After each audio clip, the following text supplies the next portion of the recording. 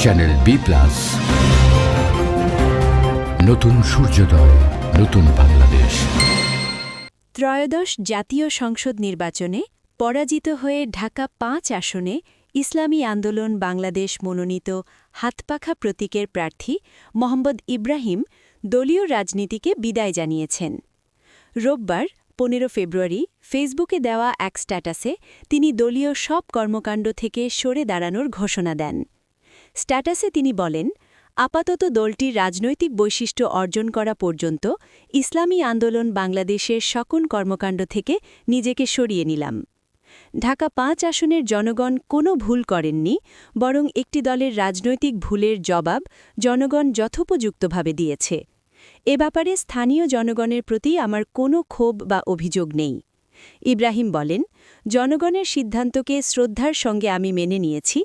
যারা আমার উপর আস্থা রেখে ভোট দিয়েছেন তাদের প্রতি কৃতজ্ঞতা জানান।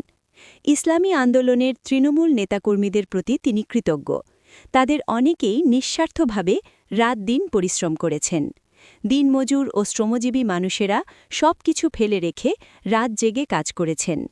নির্বাচনের ফলাফল নিয়ে আমি মোটেও হতাশ নই। প্রস্তুতি ও কাজ অনুযায়ী দল তার ফলাফল পেয়েছে।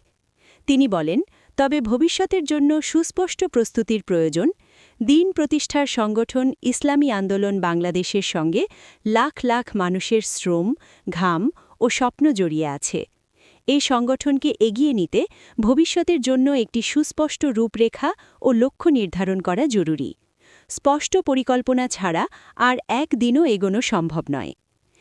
রোববার ১৫ ফেব্রুয়ারি ফেসবুকে দেওয়া এক স্ট্যাটাসে তিনি দলীয় সব কর্মকাণ্ড থেকে সরে দাঁড়ানোর ঘোষণা দেন।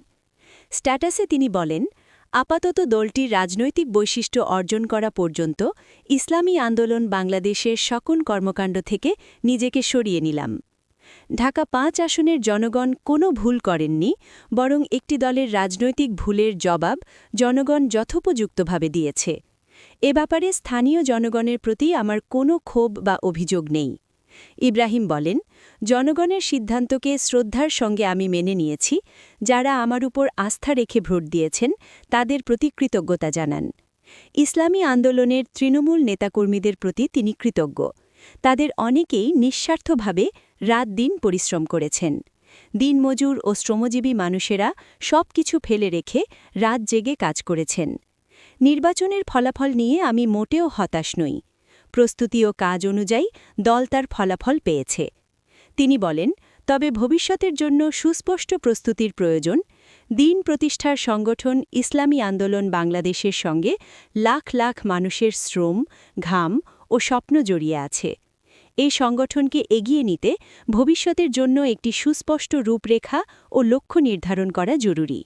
স্পষ্ট পরিকল্পনা ছাড়া আর একদিনও এগোনো সম্ভব নয়।